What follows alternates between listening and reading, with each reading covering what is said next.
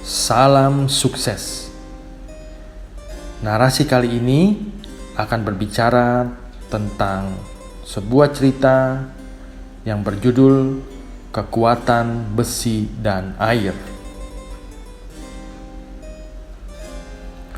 Pada suatu hari, besi berkata kepada air, "Ayo kita berlomba untuk menembus suatu gua dan mengatasi segala rintangannya. Barang siapa dapat melewati gua itu dengan selamat tanpa terluka, maka dialah pemenangnya." Rintangan pertama ialah mereka harus melalui penjaga gua itu, yaitu batu-batu yang keras dan tajam. Besi menyombongkan dirinya kepada air dan berkata, "Lihat, ini aku.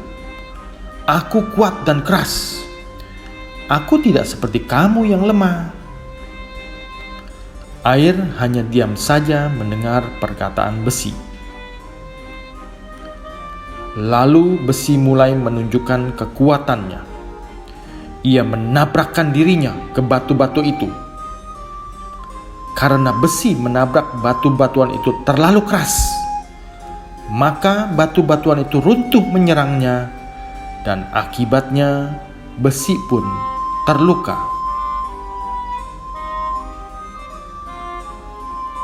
Kini giliran air. Dengan perlahan, ia menetes sedikit demi sedikit untuk melawan batu-batuan itu. Dengan lembut, mengikis batu-batuan itu sehingga tidak mengganggu batu-batuan yang lain, dan air pun dapat melewati batu-batuan.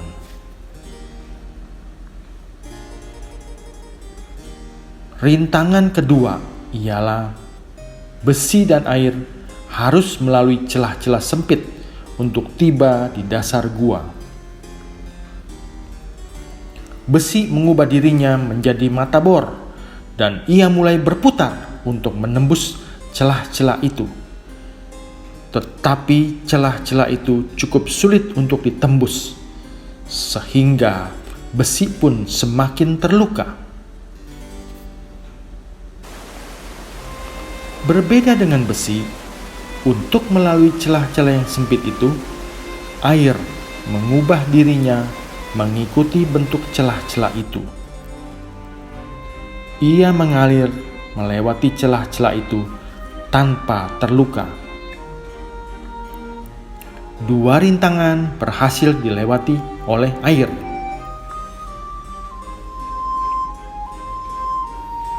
Rintangan ketiga ialah besi dan air harus dapat melewati suatu lembah dan tiba di luar gua.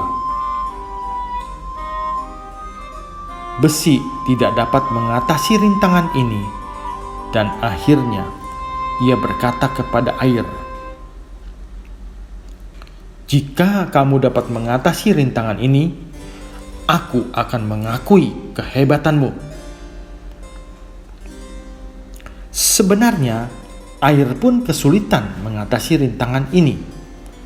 Tetapi kemudian, air membiarkan sang matahari membantunya untuk menguap. Ia menjadi awan.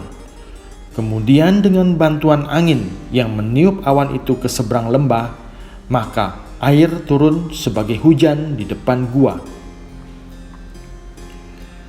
Ketiga rintangan dalam perlombaan itu dimenangkan oleh air. Hikmah yang kita dapatkan dari cerita ini adalah, jadikanlah hidupmu seperti air. Air mendapatkan kemenangannya dengan kelembutannya tanpa merusak dan mengacaukan, sedangkan kekerasan hanya menimbulkan dendam dan pembelaan diri. Air selalu merubah bentuknya sesuai dengan lingkungannya. Ia tidak kaku, sehingga dengan mudahnya ia dapat diterima oleh lingkungannya. Air mencerminkan pribadi yang pantang menyerah. Air terus mengalir, meski banyak rintangan yang menahan alirannya. Air tidak mengandalkan kekuatannya sendiri, tetapi dengan senang hati ia menerima bantuan dari matahari sehingga dapat merubah dirinya menjadi uap. Kata-kata bijak. Aliran air mampu menembus batu dan gunung. Ini menunjukkan bahwa kelembutan dapat mengalahkan kekerasan. Air mengalir, kadang tenang dan kadang deras, tetapi ia dapat beradaptasi kemanapun alirannya. Kerasnya batu dapat takluk dengan tetesan air. Begitu pula kerasnya kehidupan akan dapat dikalahkan oleh kuatnya tekad dan semangat.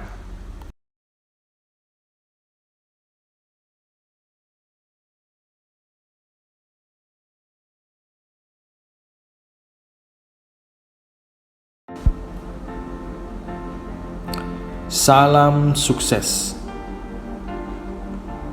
Narasi kali ini akan menceritakan sebuah cerita dengan judul Si Pengejar Mimpi.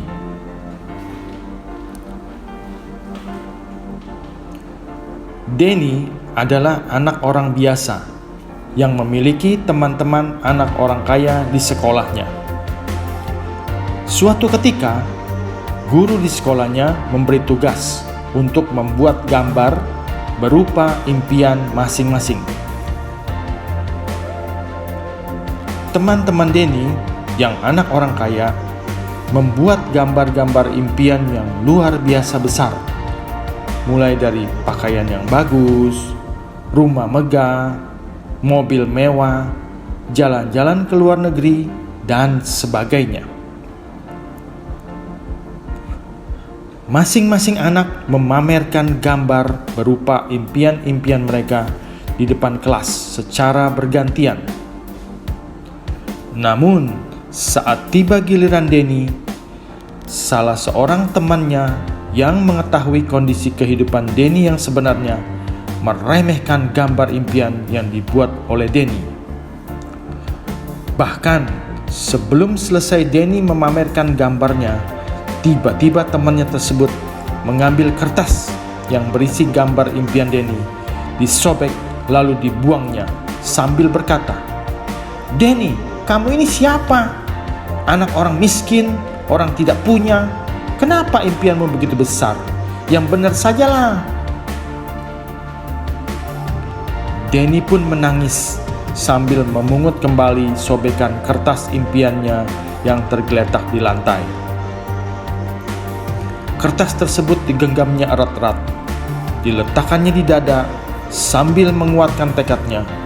Impianku ini harus menjadi nyata. Melihat kejadian itu, sang guru menegur teman Denny agar supaya tidak mengulangi perbuatannya itu.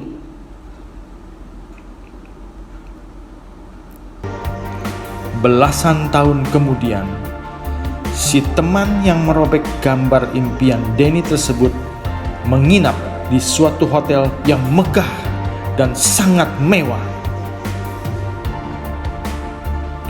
Dengan rasa penasaran, teman Denny ini ingin tahu siapa pemilik hotel megah ini. Kemudian temannya ini meminta resepsionis untuk dapat mempertemukan dirinya dengan pemilik hotel megah ini. Setelah bertemu, keduanya saling pandang. Teman Denny pun terdiam. Ternyata pemilik hotel megah dan sangat mewah adalah Denny, temannya yang dulu dia remehkan.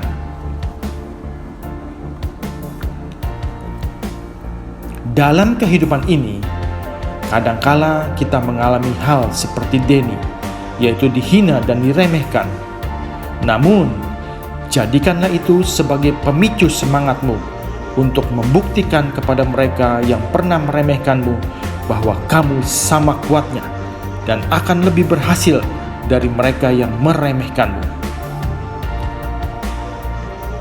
Pada saat dihina memang rasanya sakit, tetapi jangan pernah biarkan rasa sakit tersebut membuatmu larut berlama-lama.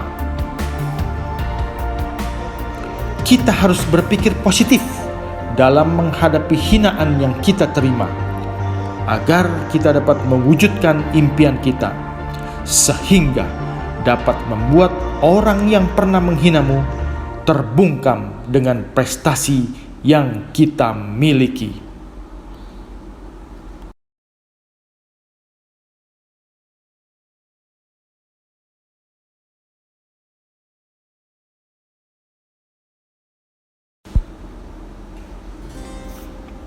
Salam sukses. Kura-kura dan ikan. Di sebuah kolam, hiduplah seekor ikan dan seekor kura-kura. Suatu ketika, sang ikan bertanya kepada kura-kura, "Hai kura-kura, mengapa setiap kali kamu mengalami masalah selalu bersembunyi, masuk ke dalam cangkangmu?" Dengan tenangnya, kura-kura menjawab, "Apakah menurutmu pertanyaan itu perlu aku jawab?" Lalu sang ikan berkata, "Semua makhluk hidup yang ada di kolam ini sering mempertanyakan tentang sifatmu yang selalu bersembunyi jika ada masalah." Mendengar komentar dari sang ikan, maka kura-kura menjawab, "Aku tidak menghindar. Aku tidak lari dari kenyataan. Aku hanya mencari suasana yang lebih damai di dalam cangkangku." Kemudian sang ikan bertanya lagi, "Tetapi, apakah kamu tidak peduli selalu jadi bahan pembicaraan?" Kura-kura menjawab, "Nah, inilah alasannya mengapa aku berumur lebih panjang dari kalian.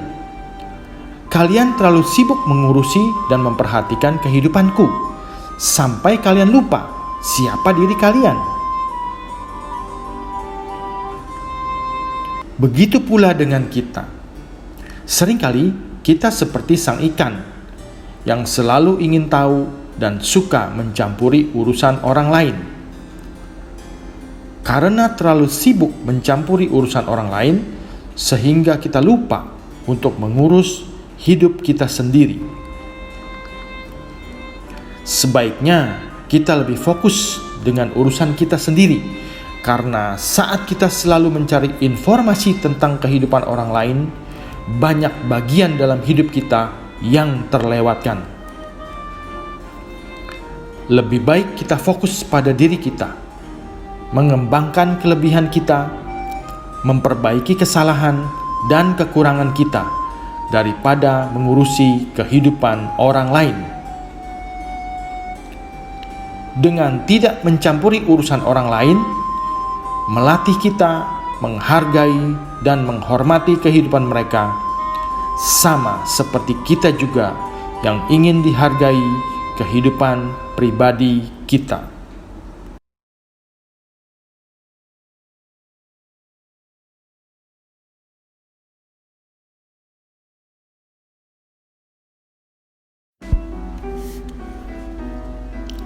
Salam sukses.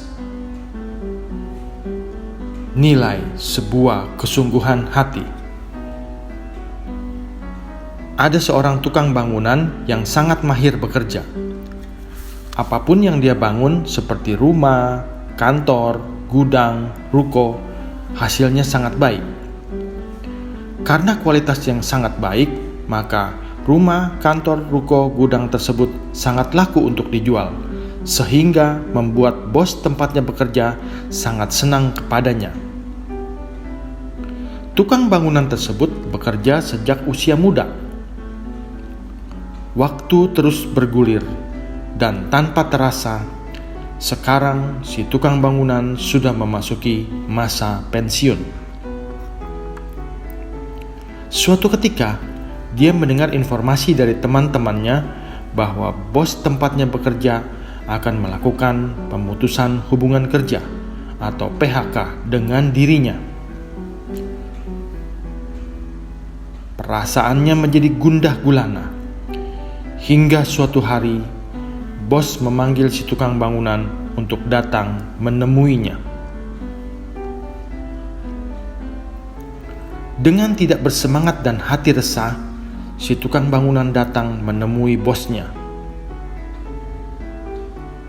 Setelah bertemu, bosnya mengatakan pada dirinya bahwa dia harus membangun satu rumah saja, dan ini merupakan kali yang terakhir sebelum pemutusan hubungan kerja terjadi pada dirinya.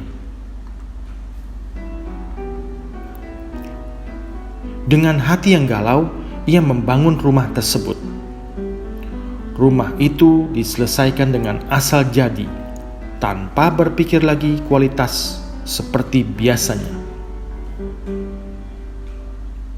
Setelah rumah itu selesai dibangun, maka dia menemui bosnya untuk memberikan kunci rumah itu kepada bosnya. Bosnya menerima kunci rumah tersebut lalu mengajak bicara si tukang bangunan. Sang bos berkata, "Pak, saya berterima kasih atas jasamu selama ini.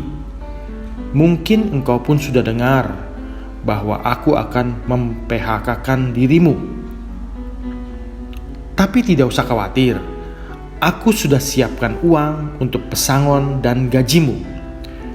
Engkau bisa mandiri dengan uang sebanyak itu."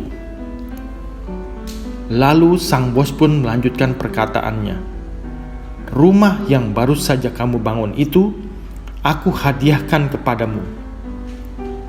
Kemudian bos menyerahkan kunci rumah tersebut kepada si tukang bangunan. Si tukang bangunan sangat terkejut mendengar perkataan bosnya itu. Dengan perasaan sangat menyesal, si tukang bangunan berkata kepada bosnya, "Bos, saya minta maaf. Rumah yang saya bangun terakhir itu, saya kerjakan dengan asal jadi, tanpa memikirkan kualitasnya. Karena saya resah dan galau mendengar kabar bahwa bos akan mem-PHK saya." Hikmah dari cerita ini adalah, bila kita mengerjakan sesuatu tanpa kesungguhan hati, maka hasilnya tidak akan optimal. Orang yang bekerja dengan sungguh-sungguh akan memperoleh hasil yang memuaskan, karena usaha tidak akan mengkhianati hasil. Orang yang bersungguh-sungguh mampu membangun istana megah yang kuat, sedangkan orang yang bermalas-malasan hanya mampu membangun gubuk kecil yang rapuh.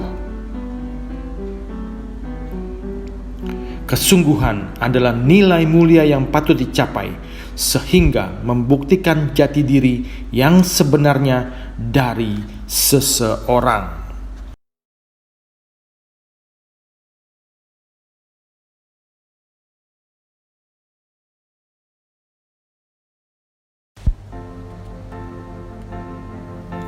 Salam sukses. Kali ini saya akan menarasikan sebuah cerita yang berjudul Wadah Hati.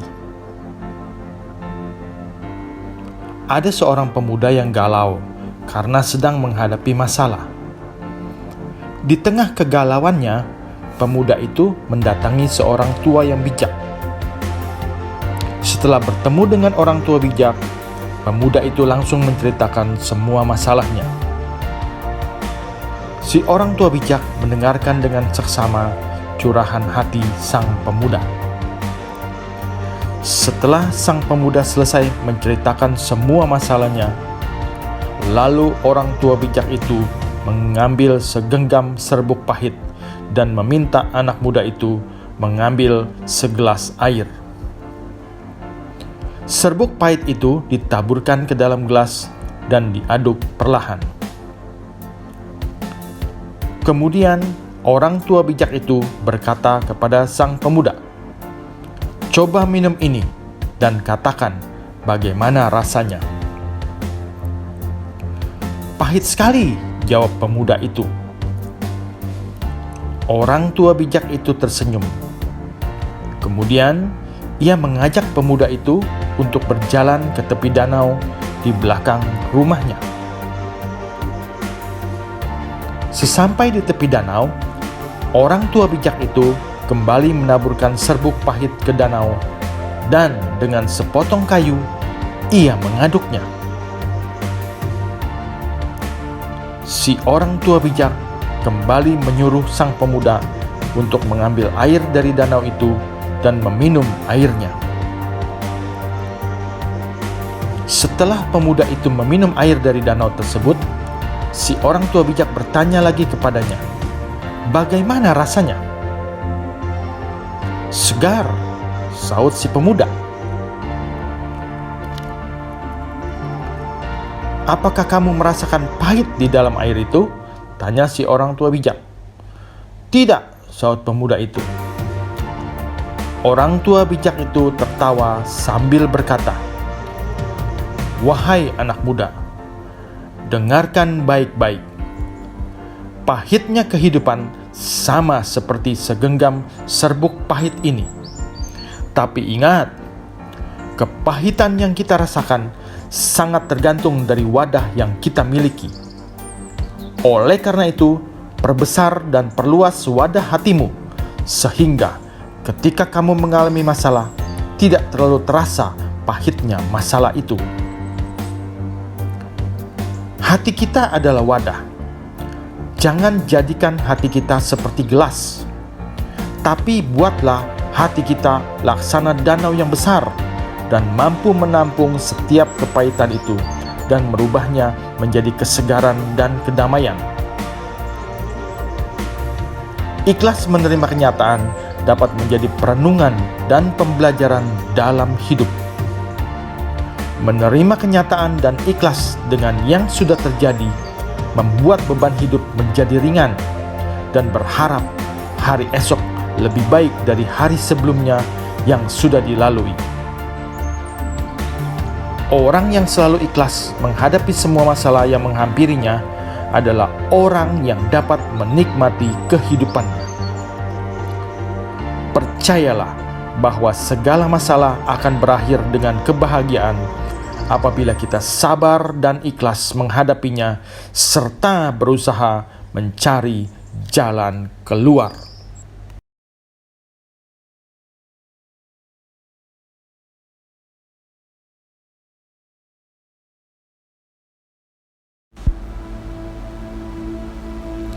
Salam sukses.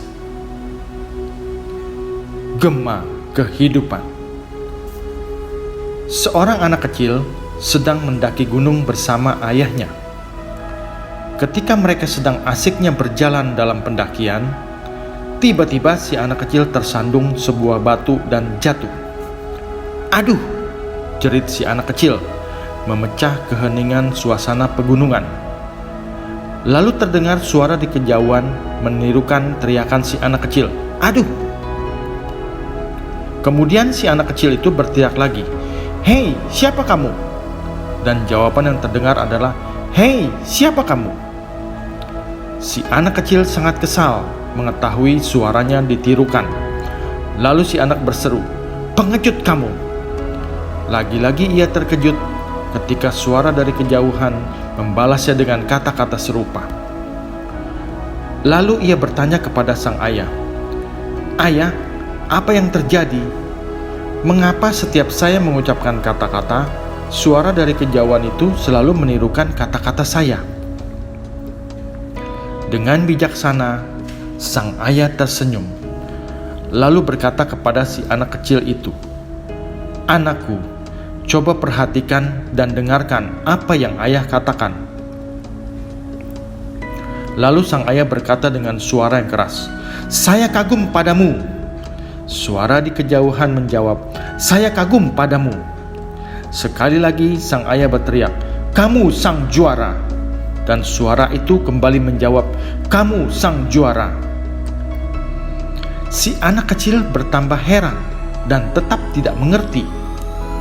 Lalu sang ayah menjelaskan, suara itu adalah gema. Gema adalah pantulan bunyi yang didengar sesaat setelah bunyi berlangsung. Gema cenderung terjadi dalam jarak yang luas, baik ruangan yang sangat besar ataupun di tebing yang tinggi. Demikian juga dengan kehidupan kita, nak. Kehidupan sama seperti gema. Ia memberikan umpan balik atas semua ucapan dan tindakan kita, jelas sang ayah. Kehidupan kita adalah sebuah pantulan atau bayangan atas tindakan kita. Bila kamu ingin lebih banyak mendapatkan cinta di dunia ini, maka berikanlah cinta lebih banyak lagi. Bila kamu ingin dihormati dan dihargai, hormati dan hargailah orang lain terlebih dahulu. Apa yang kita tabur, itulah yang akan kita tuai. Jika kita menabur hal yang buruk, maka kita akan menuai hal yang buruk juga. Apabila kita menabur kebaikan, maka kita akan menuai kebaikan juga. Berbuat baiklah, karena kebaikan itu akan kembali kepadamu.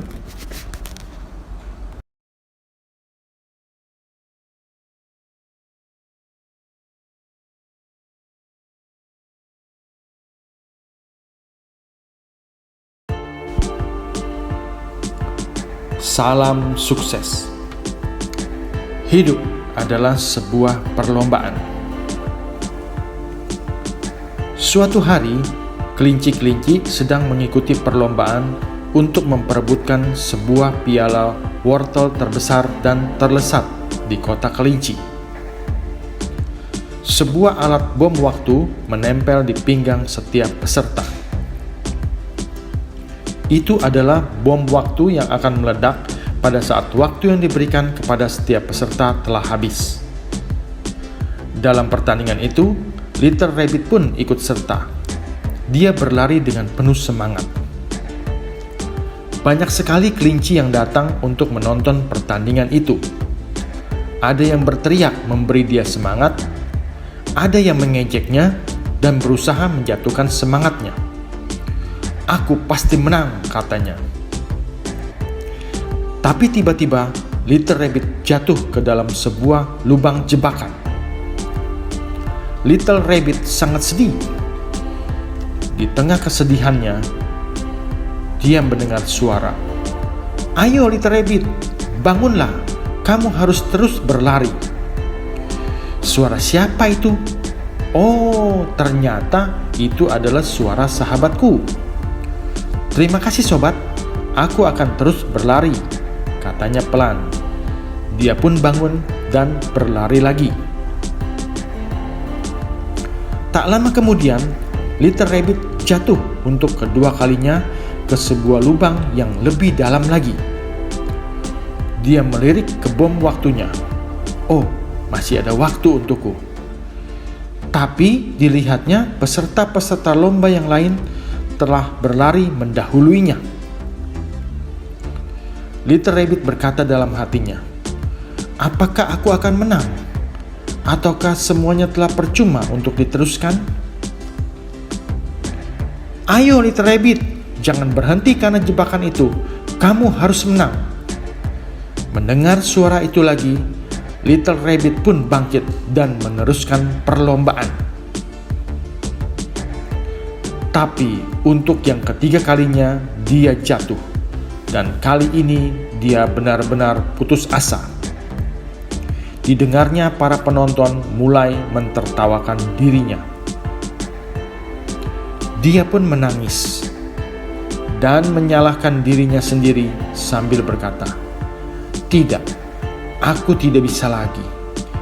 Aku telah kalah dan bom waktu di pinggangku ini pasti akan meledakkan tubuhku.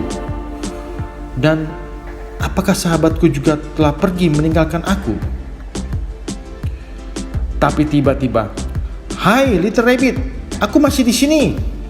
Ayo cepat bangun. Aku telah menunggu untuk memberimu selamat atas kemenanganmu. Kamu harus menang. Bangkit, terus maju dan menanglah. Jangan biarkan dirimu tertipu lagi oleh jalan-jalan berlubang ini. Ini jebakan yang harus kamu lewati. Little Rabbit menjawab, "Ya, kamu benar. Inilah yang dinamakan perlombaan. Masalahnya bukan pada lubang-lubang jebakan itu, tapi masalahnya ada pada diriku sendiri. Aku harus melaluinya. Terima kasih sahabatku."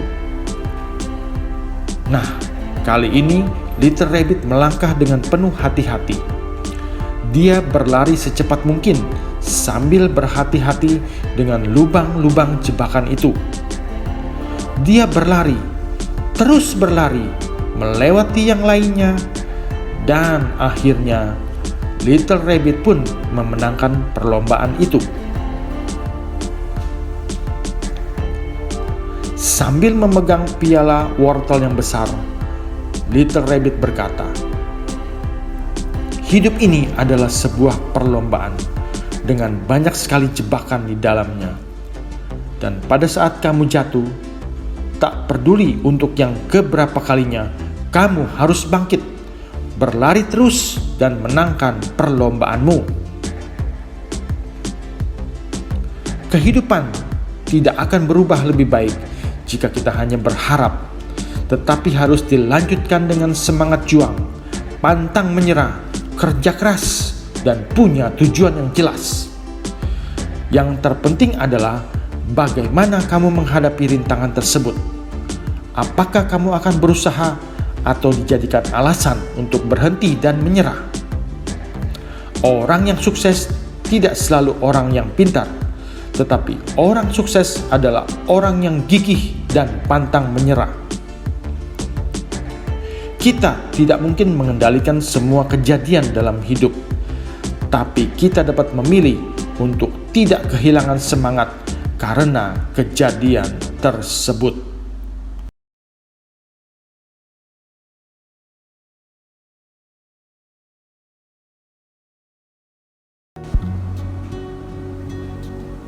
Salam sukses. Batu penghalang. Ada seorang petani yang sudah tua dan selama bertahun-tahun membajak tanah di sekeliling sebongkah batu yang amat besar di ladangnya. Mata bajak yang dipakai petani tua untuk membajak di sekitar batu besar itu sudah banyak yang pecah. Padi-padi yang ditanam di sekitar batu itu pun tumbuh tidak baik.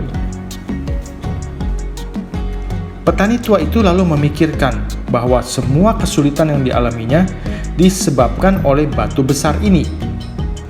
Lalu petani tua itu memutuskan untuk melakukan sesuatu pada batu itu. Diambilnya sebuah linggis dan petani tua itu mulai menggali lubang di bawah batu. Betapa terkejutnya ia ketika mengetahui bahwa batu itu hanya setebal sekitar 6 inci saja. Batu besar itu sebenarnya dapat dengan mudah dipecahkan dengan palu biasa. Kemudian ia menghancurkan batu itu sambil tersenyum gembira. Semua kesulitan yang dialaminya selama bertahun-tahun oleh batu itu ternyata bisa diatasinya dengan mudah dan cepat jika ia tahu masalah yang sebenarnya.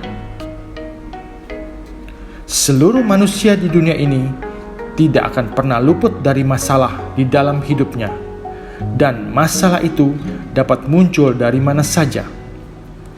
Dari masalah yang terasa kecil hingga masalah yang besar pasti akan kita lalui. Dalam hidup ini, seringkali kita tidak menyadari permasalahan sebenarnya. Terkadang kita beranggapan bahwa permasalahan itu terlalu sulit untuk dipecahkan. Akhirnya kita tidak melakukan tindakan apa-apa untuk menyelesaikannya. Hal ini yang menyebabkan kita selalu tenggelam dalam masalah tersebut sampai berlarut-larut lamanya. Menurut Zig Ziglar, sebagian besar masalah dalam hidup adalah karena dua alasan.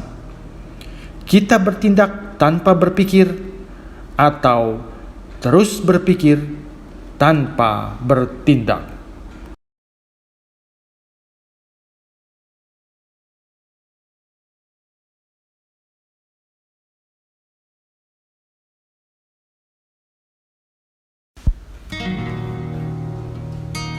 Salam sukses. Pelajaran dari semut dan belalang. Ada sekelompok semut yang tinggal di sebuah hutan yang lebat. Semut-semut ini sangat rajin bekerja keras siang dan malam tanpa mengenal lelah. Saling menolong satu sama lain, itu semua mereka lakukan demi kesejahteraan kelompok mereka. Selain sekelompok semut tersebut, di hutan itu juga tinggal seekor belalang yang sangat malas. Setiap hari, si belalang kerjanya hanya melompat-lompat riang dan bernyanyi sepuas hati. Pada suatu hari, seekor semut lewat di depan si belalang sambil membawa sebutir jagung menuju ke sarangnya. Berkatalah si belalang kepada semut, "Hai semut, kamu sedang apa? Ayo kemari dan bermain denganku. Hari ini sangat cerah. Mari kita nikmati hidup kita." Lalu semut itu menjawab, "Aku sedang menyiapkan makanan untuk musim dingin, dan aku menyarankan kamu untuk melakukan hal yang sama." Dengan santainya, si belalang menjawab, "Kenapa repot-repot menyiapkan makanan untuk musim dingin? Bukankah musim dingin masih lama? Lihatlah, banyak sekali makanan saat ini. Ini semua tidak akan habis. Tapi tanpa persiapan, kamu akan kesulitan menghadapi musim dingin. Musim dingin sebentar lagi datang. Jika kamu kurang persiapan, kamu bisa kelaparan. Aku hanya mencoba untuk menasihatimu, kawan," kata semut itu dengan sabar. Tetapi si belalang tidak memperdulikan nasihat sang semut. Kemudian semut itu terus melanjutkan perjalanan sambil membawa makanan ke sarangnya. Waktu pun terus berlalu dan musim terus berganti. Tak terasa, musim dingin telah tiba. Para semut sudah berhenti dari pekerjaannya dan tinggal di sarang mereka dengan nyaman. Dengan perbekalan yang cukup, mereka tak khawatir lagi dalam melalui musim dingin yang cukup panjang. Tapi nasib sebaliknya dialami oleh si belalang. Dia kelaparan dan mengemis makanan dari satu tempat ke tempat lain untuk bertahan hidup. Setiap orang akan memasuki usia senja dan tidak produktif lagi, sehingga pendapatan akan berkurang atau mungkin tidak ada lagi. Namun di satu sisi, pada saat kita tua, kita masih tetap membutuhkan dana untuk mencukupi kebutuhan hidup dan pengobatan serta pengeluaran lainnya. Jika kita tidak mempersiapkan dana hari tua sejak masa produktif, maka kita akan mengalami kesulitan di hari tua nanti. Marilah kita belajar kepada semut yang rajin bekerja menyiapkan makanan pada musim panas untuk persiapan di musim dingin. Selagi muda, kita harus bekerja keras sehingga tidak ada penyesalan di masa tua. Masa depan adalah milik mereka yang menyiapkan hari ini.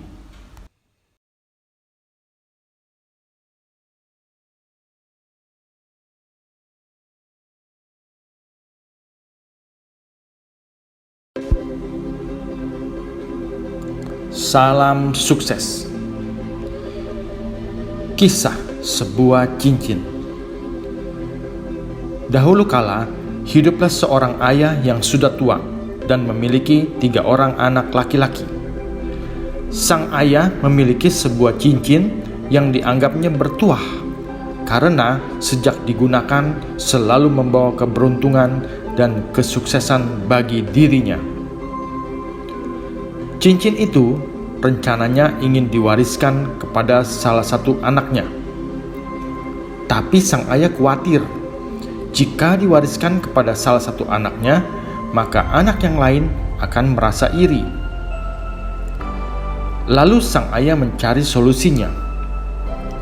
Ia pergi ke tukang cincin dan membuat dua cincin yang sama seperti cincin ajaib miliknya.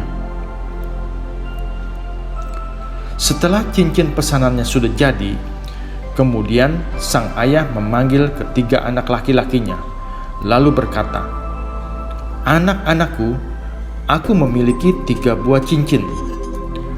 Akan aku berikan kepada kalian. Masing-masing mendapatkan 1 buah cincin. Ketiga buah cincin ini sama baiknya. Siapa yang memakainya, maka dia akan beruntung." Ketiga anak laki-laki tersebut sangat senang mendapatkan cincin dari ayahnya. Setiap hari mereka memakai cincin pemberian ayah mereka. Beberapa lama kemudian, sang ayah meninggal dunia. Seiring berjalannya waktu, ketiga anak laki-laki itu tahu bahwa hanya ada 1 cincin yang asli. Di daerah sekitar rumah mereka, ada seorang hakim yang terkenal karena kebijaksanaannya. Lalu ketiga anak laki-laki tersebut datang ke hakim yang bijaksana itu untuk mencari tahu mana cincin yang asli dan meminta jalan keluar serta pembuktian. Hakim yang bijaksana itu merenung dan berpikir. Kemudian ia berkata, "Aku tidak dapat menolong kalian, tetapi aku tahu sebuah cara untuk memastikan cincin yang asli. Kalian yang harus membuktikan bahwa cincin yang kalian pakai itu adalah cincin yang asli, yaitu dengan bertindak dan bekerja dengan sungguh-sungguh sehingga kalian menjadi orang yang beruntung." Ketiga anak laki-laki itu bertekad untuk membuktikan bahwa cincin yang mereka pakai adalah cincin yang asli dan bertuah. Mereka berusaha membuktikan pada diri sendiri bahwa keberhasilan dan keberuntungan mereka adalah karena cincin ajaib asli pemberian ayah mereka. Waktu terus berlalu, dan setelah beberapa tahun kemudian, ketiga anak tersebut semuanya berhasil dan sukses di dalam kehidupan mereka. Akhirnya ketiga anak laki-laki tersebut pun menyadari serta mengerti bahwa bukan cincin yang membuat mereka sukses, melainkan karena usaha dan kerja keras yang mereka lakukan. Sukses bukan sebuah kebetulan, tetapi hasil kerja keras. Keberuntungan dan kesuksesan didapat bukan dari hal-hal yang ada di luar diri Anda, tetapi dengan doa, kerja keras, keuletan, dan ucapan syukur. Hidup adalah perjuangan. Kita tidak bisa meraih apa yang kita impikan tanpa adanya perjuangan. Bekerja keraslah, bermimpilah lebih besar, dan jadilah yang terbaik. Kesuksesan tidak menemukan Anda. Anda harus keluar dan meraihnya. Hiduplah dengan penuh semangat dan dorong diri Anda setiap hari ke arah yang lebih baik, karena yang mampu merubah kehidupan dan menjadikan Anda pribadi yang lebih baik adalah diri Anda sendiri.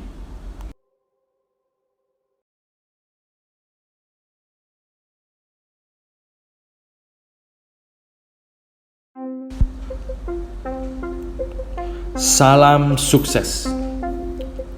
Harga sebuah kejujuran. Di sebuah kerajaan, hiduplah seorang raja yang telah lanjut usia. Raja hanya memiliki seorang putri dan tidak memiliki anak laki-laki. Untuk meneruskan tahtanya, sang raja bermaksud segera menikahkan putrinya.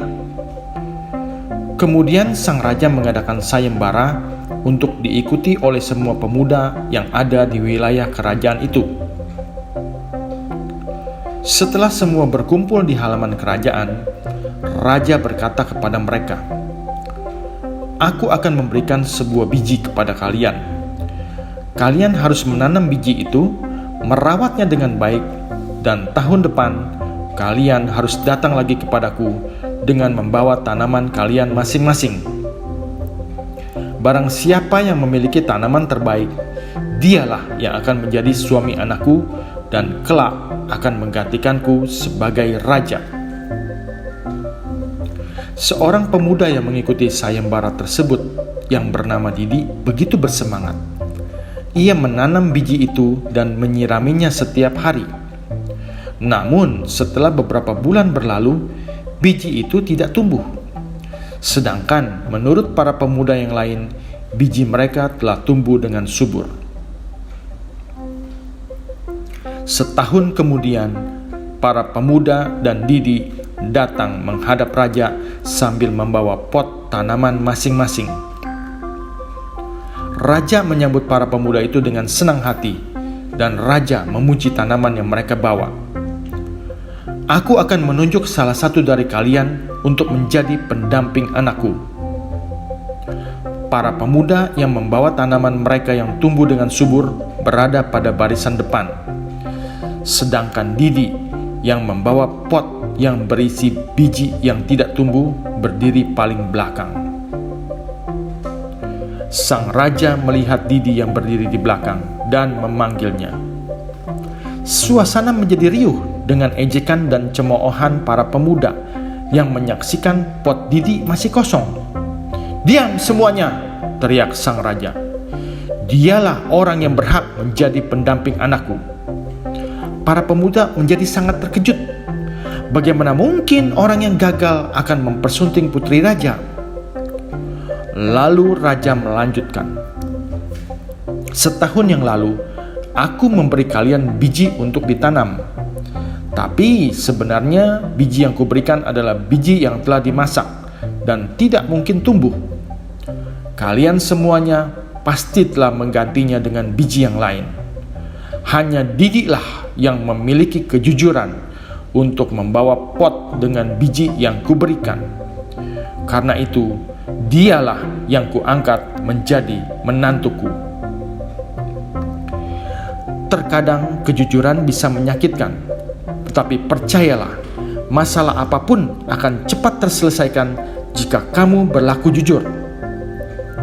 Kejujuran menjadi satu di antara sifat terpuji. Dunia akan menjadi lebih indah dan damai apabila lebih banyak orang yang bersifat jujur di muka bumi ini. Jangan bermain-main dengan kejujuran. Sekali kita menghancurkan kepercayaan orang lain dengan berbohong, maka orang lain akan sulit untuk percaya kepada kita. Kejujuran adalah seperti mata uang yang berlaku di seluruh dunia. Nilainya tetap dan tidak pernah fluktuatif. Gunakanlah dalam setiap transaksi kehidupan agar Anda mendapat poin reward berupa kepercayaan. Kejujuran itu mahal harganya. Jadilah orang bijak yang mampu menjaganya.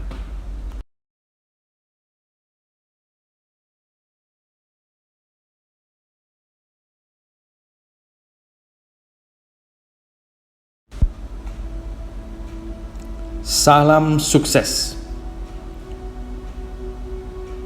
Kesombongan yang menjatuhkan. Suatu ketika, ada seorang pemanah yang sangat hebat. Setiap kali ia melepaskan anak panah dari busurnya, pasti mengenai sasaran dengan tepat. Karena keahliannya itu, ia diangkat menjadi guru memanah bagi prajurit istana. Sang pemanah itu mempunyai banyak murid. Ada seorang muridnya yang sangat pandai dan begitu menonjol di antara para murid lainnya. Karena kepandaiannya, membuat murid itu menjadi sombong. Setiap kali jika dia bertanding memanah dengan murid-murid lainnya, dia selalu menjadi pemenangnya. Hal itu membuatnya semakin sombong. Sang pemanah pun mengetahui tentang kesombongan muridnya itu. Dia tidak mau sang murid menyalahgunakan ilmu yang telah diberikannya. Pada suatu hari, sang pemanah mengajak murid itu ke hutan. Dia menyuruh sang murid membawa busur dan anak panahnya. Setelah sang pemanah dan muridnya itu sampai di hutan, sang pemanah kemudian memetik sebuah bunga dan dikaitkan potongan rantingnya pada sebuah pohon. Lalu ia menyuruh muridnya untuk memanah bunga itu. "Ah, itu gampang, Guru. Dari jarak lebih jauh lagi pun aku bisa memanahnya," kata sang murid dengan sombongnya. Kemudian sang pemanah menutupi mata muridnya dengan sebuah kain. Dia berkata kepada muridnya, "Sekarang cobalah kamu memanah sasaran yang kamu anggap gampang tadi." Sang murid terkejut dengan perintah gurunya. Bagaimana mungkin ia memanah dengan mata tertutup? Ia pun menarik kencang busurnya dan anak panahnya pun melesat jauh. Begitu membuka penutup mata, ia melihat anak panahnya melesat sangat jauh dari sasaran. Murid itu pun terlihat kecewa dan malu karena sebelumnya telah menyombongkan diri. Sang pemanah berkata, "Ingatlah muridku, kemampuanmu itu bukan hanya dari kerajinanmu berlatih saja, tetapi tanpa mata yang jeli dan pandangan tajam, kamu tidak akan dapat memanah dengan baik. Itulah kekuatan dan berkat dari Sang Pencipta yang telah diberikan kepadamu. Tanpa itu semua, kamu tak berarti apa-apa. Karena itu, syukuri apa yang telah kamu miliki. Jangan jadikan itu sebagai kesombongan." Sang murid pun berjanji bahwa semua ilmu yang didapat akan digunakan untuk kebaikan. Setiap orang diciptakan dengan kelebihan dan kekurangan masing-masing. Oleh karena itu, setiap orang saling membutuhkan untuk saling melengkapi. Jangan jadikan kelebihan kita sebagai suatu kesombongan, tetapi jadikanlah kelebihan kita itu agar dapat bermanfaat bagi orang lain, serta tidak lupa untuk bersyukur kepada Sang Pencipta atas kelebihan yang telah dianugerahkan kepada kita. Kesombongan adalah penyakit yang sering menghinggapi kita semua, yang benih-benihnya sering muncul tanpa kita sadari. Orang yang sombong itu ibarat orang yang berdiri di atas gunung. Dia melihat orang lain kecil, namun dia tidak sadar bahwa orang lain melihat dirinya pun kecil juga. Kesombongan tidak menjadikan seseorang tinggi derajatnya, tetapi dengan kesombongan itulah dia akan terperosok dalam kerendahan akhlak. Kesombongan tidak mengantar kita ke tempat yang lebih baik. Terkadang kesombongan justru mendorong mundur tanpa kita sadari. Jangan pernah biarkan kesombonganmu perlahan menggerogoti semua kebaikan yang ada pada dirimu.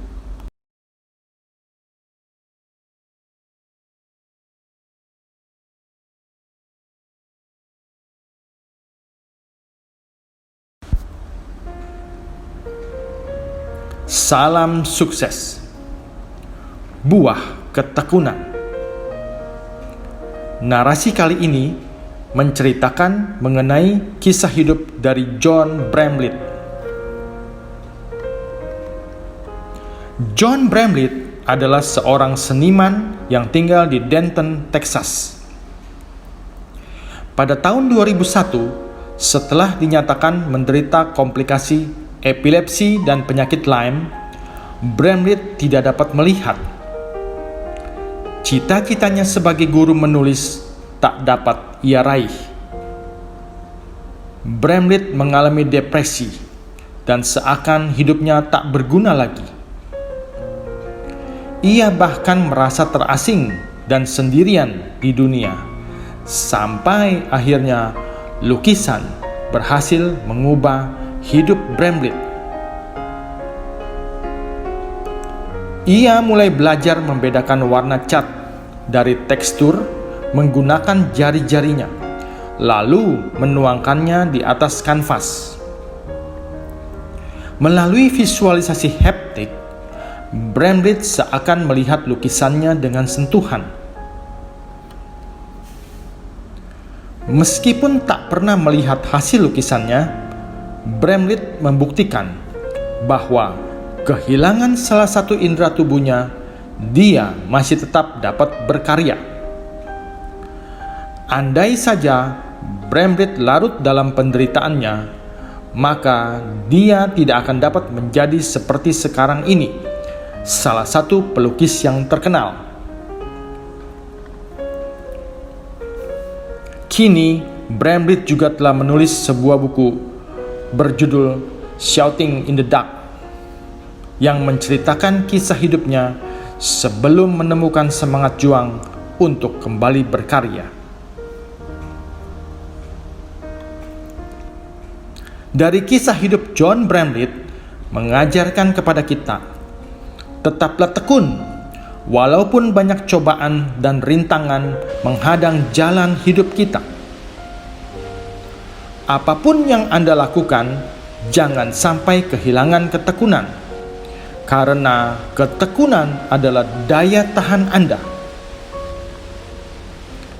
Ketekunan membutuhkan ketabahan dalam menghadapi rintangan dan cobaan. Saat Anda sudah menemukan ketekunan, maka pertahankanlah. Disitulah Anda akan bertemu dengan kesuksesan.